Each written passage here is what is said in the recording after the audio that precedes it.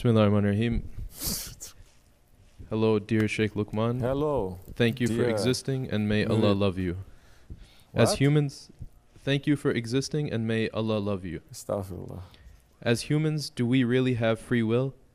It feels to me like it's all the scenario of Allah and that we humans are too limited and way too easily influenceable to actually assume or exert any kind of real free choice, and even bear the mere responsibility of such a possibility, and especially if we're considering the case that any other being can easily be attached to our minds, we end up experiencing its thoughts and feelings as our own. Bismillah ar-Rahman ar-Rahim.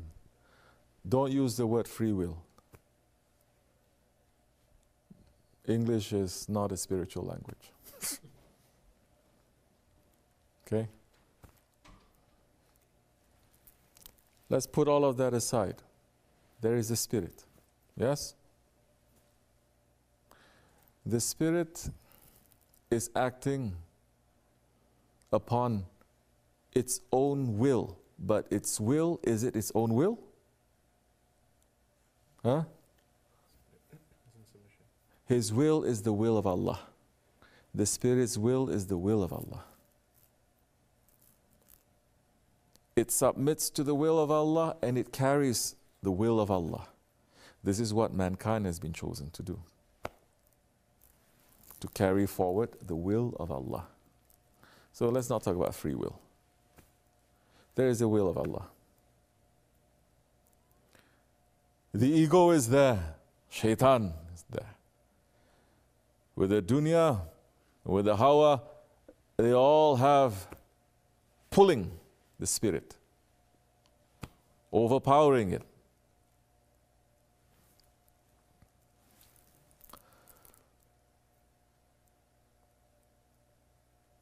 We,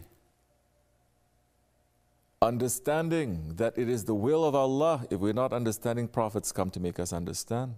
Books are given to us, intelligence is given to us. Awliya Allahs are there. Our own intelligence is there to say, what is the will of Allah? We are placed in this world to carry out the will of Allah. It is very clear what is the will of Allah and what is not the will of Allah. Now, we make the choice. We make the choice, no? Don't want to use the word free will, but we make the choice. Now, either we are going to go according to the will of Allah and His prophets and His friends, or we're going to go according to the other one's wills, whoever it is, whatever it is.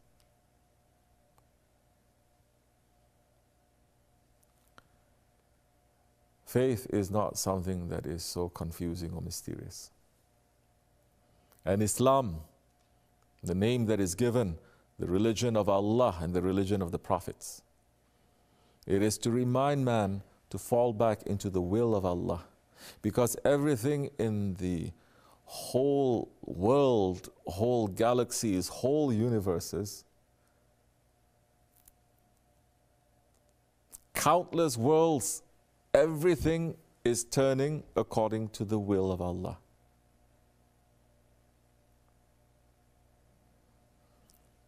Not the ego, not the desire, not the dunya. I don't mean dunya, oceans and trees and sky, not that kind of dunya. Not shaitan. But everything else is existing and occurring through the will of Allah. And mankind, as we said yesterday, if they are put in a situation where you see more of Allah's signature and Allah's creation rather than His own, it'll be easier for him to follow the will of Allah. Because everything is according to that way, that shariat, that law.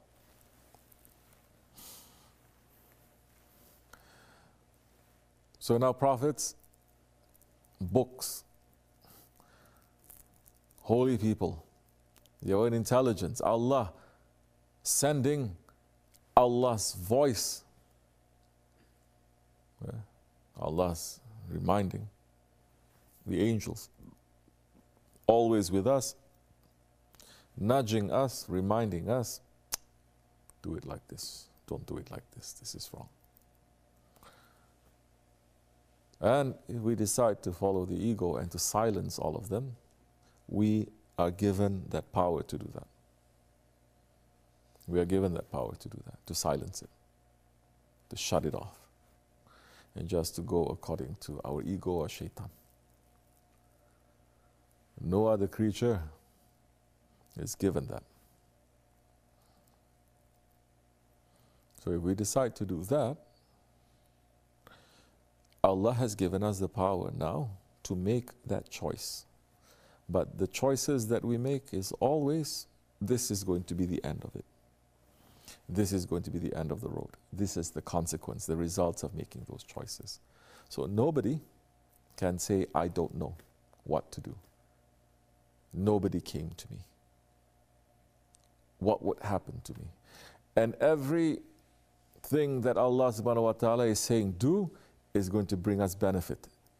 Everything that He says, don't do, is going to bring us benefit. The 500 laws and the 800 laws is going to bring us benefit. You study, people sometimes, most people, they have no time to study, they don't have the capacity, don't study. You study to get the knowledge. There are people with that knowledge. You don't have to read one whole library to come with that knowledge. There are people who can point not only to the right books, but they know those books and they give you what is necessary for you.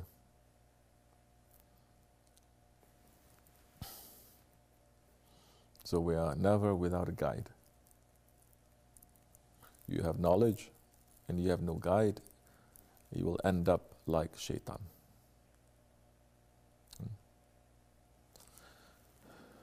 You don't have knowledge, but you have a guide.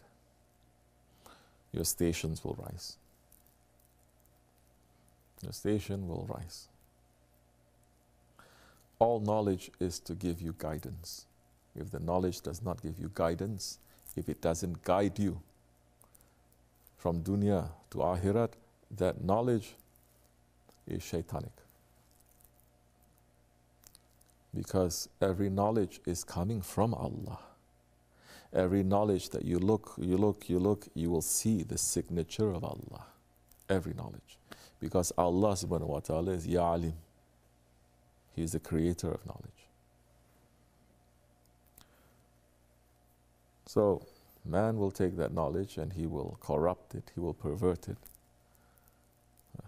Like I had a question. Somebody was listening to something and saying,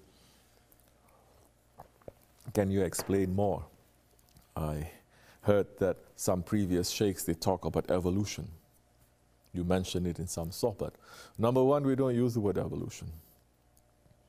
Number two, there is a sheikh, there is a saint, there is a beloved of Allah, that is Hazrat Rumi, in one of his famous poems, and he's saying, I was a mineral, I died, and I was born. I was reborn. Then I became, let's say, an animal. I was an animal, and I died. However it is, vegetable, you want to put animal, you want to put this, that, but the person, the situation, the stages that you go through, you die, you become higher and higher. This was mentioned hundreds of years ago before Darwin talked about this. So, that is not incarnation, reincarnation.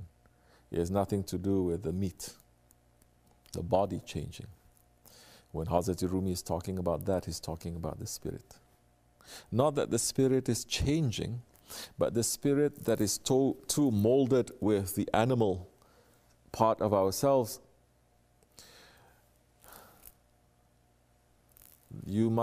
that animal part must die for you to become a man. That man part of yourself must die because you were a spirit. Then that journey is endless back to Allah. So when Hazrat Rumi was talking about that, he was talking about how you must change. Your insight must change. There are So many in the form of a perfect man, physically, but they are animals. There are so many in the form of a perfect man, they are worse than animals, they are shaitans. So spirituality is to understand what is inside of you, how to get rid of the things that are not coming from the heavens, to get rid of that and to return back to the heavens. We are holding on to our Shaykh for this, to make us to understand. Yes, it is not so simple also. It is very subtle. Sometimes people have been here for years, all of us, you and me. Then suddenly, Shaykh Efendi is washing us up for something. We never even realize it. Good, that's what he should be doing. Say, you are like this. This is an arrogance that you have. It's not showing itself for years. Now it's coming out. Fix this. You have a stubbornness like this. You think you are good. You think you finished. You didn't, because everything has to be tested. Some diseases, they are so deep inside of your body, it doesn't just come out like that. Sometimes it'll take a long time. If you don't get rid of this, your books and your knowledge is not going to save you. If you're not getting rid of your animal part, nothing is going to save you. And so many in the form of humans, but they are animals circling around the Kaaba. And they return as animals. So many not understanding when you throw the jamrat to the shaitan. So many thinking physically shaitan is there, and they take the stone and they throw with so much passion. They're not understanding you must throw out the shaitanic qualities you have inside of you. Throw it out. So many not understanding when you make the qurban, what are you cutting? What are you sacrificing?